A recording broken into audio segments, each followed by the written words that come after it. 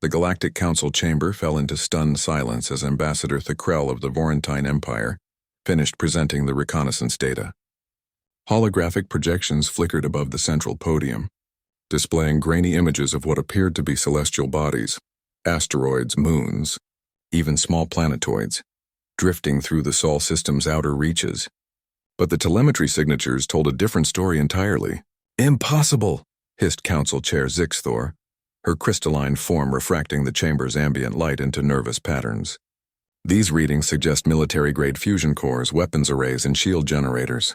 Inside asteroids?" Thackrell's three eyes blinked in sequence, a gesture of absolute certainty among his people. "Not inside, Honorable Chair. The asteroids are the warships. 17 confirmed so far, ranging from 5 to 50 kilometers in diameter, and that's only what we've detected in the outer system." The chamber erupted. Delegates from 100 worlds chittered, roared, and broadcast their disbelief through various means of communication. Humans had been part of the Galactic Council for barely 2 centuries, newcomers by any standard. They were supposed to be carefully monitored, their military capabilities limited by treaty, their expansion controlled. They were the students, not the architects of power. Council Enforcer Dravok, a massive reptilian whose species had maintained galactic peace for millennia, slammed his tail against the floor for silence. The humans signed the limitation accords.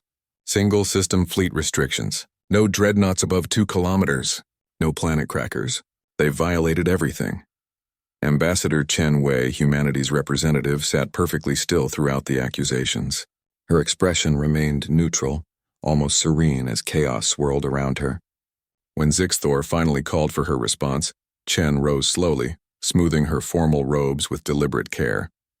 "Honorable Council," she began, her voice calm and measured, "humanity has violated no treaty." The chamber exploded again. Dravok's roar cut through the noise. "We have evidence. Warships the size of moons." Chen smiled, a small, knowing expression that sent ripples of unease through the assembled delegates. "Enforcer Dravok, please review Article 7 of the Limitation Accords. Specifically, the definition of a warship." A junior aide projected the treaty text onto the main display. Dravok read aloud, his voice dripping with sarcasm. "A warship is defined as any purposefully constructed military vessel with faster-than-light capability, designed for combat operations. So your point, Ambassador? None of our planet-sized constructs have FTL drives," Chen replied smoothly. "They're technically immobile defense platforms, not warships. Stationary installations are explicitly permitted under Article 12 for system defense." Thackrell's middle eye twitched. "Semantics. They're mobile enough. They have maneuvering thrusters." "For orbital corrections and asteroid belt navigation," Chen countered, "at speeds no faster than natural celestial drift. The treaty specifies no restrictions on the size of stationary defense platforms, only that they remain within a species' home system." Zixthor's crystalline form pulsed red, her species' expression of frustrated anger. "You're hiding behind legal technicalities while building weapons that could sterilize entire worlds." "No, Honorable Chair," Chen said, her tone hardening. "We're following the exact letter of laws that you wrote specifically to limit humanity's potential." "Did you think we wouldn't notice?" The chamber fell silent. Chen continued, her words falling like hammer blows. "For 2 centuries, we've watched as other species maintained battle fleets 50 times larger than permitted human forces. We've observed as the Vorentine Empire annexes unaligned worlds while claiming protective administration. We've documented how Council Enforcers possess planet crackers despite preaching disarmament. And we've learned that in this galaxy, the only thing that matters is power." She gestured to the holographic displays. "Yes, we built fortresses. We hollowed out asteroids and small moons, installing the most advanced weapon systems humanity has ever devised. We did it in secret, yes, but within every legal boundary you established. We used no FTL technology in their construction, kept them in the Sol system, and classified them as defensive installations." "But why?"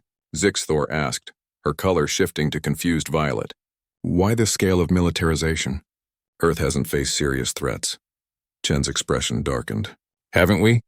3 trade disputes that nearly escalated to war. 2 council interventions in our colonial expansion. Constant surveillance, limitations, and the persistent undertone that humanity is too young, too aggressive, too dangerous to be trusted with real power. She paused. We learned that trust is a luxury afforded only to the weak or the overwhelmingly strong. We chose the latter. Dravok's claws scraped against stone. This is a threat to galactic stability. The Council will respond. With what? Chen asked quietly. An invasion of Sol? Our 17 confirmed installations, and yes, Enforcer, there are more than 17, are armed with weapons that make your planet crackers look like mining lasers. Each one carries enough firepower to hold off a fleet for months, and they're positioned throughout the system in overlapping fields of fire. She let that sink in before continuing. But here's what really matters. Humanity doesn't want war. We never did.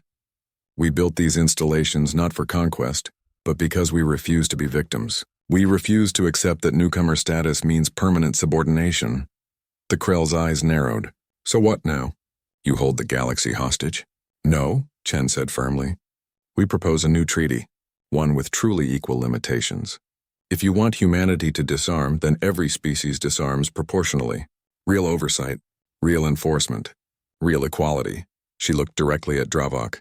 Or you can try to force compliance and discover just how much damage 17 planet-sized defense platforms can inflict. The silence stretched. Finally, Zixthor's form shifted to a contemplative blue. You've maneuvered us into an impossible position. We've maneuvered ourselves into survival, Chen corrected. Humanity won't be pushed around anymore. We'll be partners and equals. Or we'll be the fortress that no one can breach. The choice is yours. As the Council dissolved into emergency deliberations, Chen sat down, her expression unchanging. Outside, in the cold vacuum of Sol's outer system, asteroid fortresses drifted in eternal silence. Ancient rocks transformed into instruments of unprecedented power. The galaxy had underestimated humanity's ingenuity, determination, and capacity for long-term planning. They would never make that mistake again.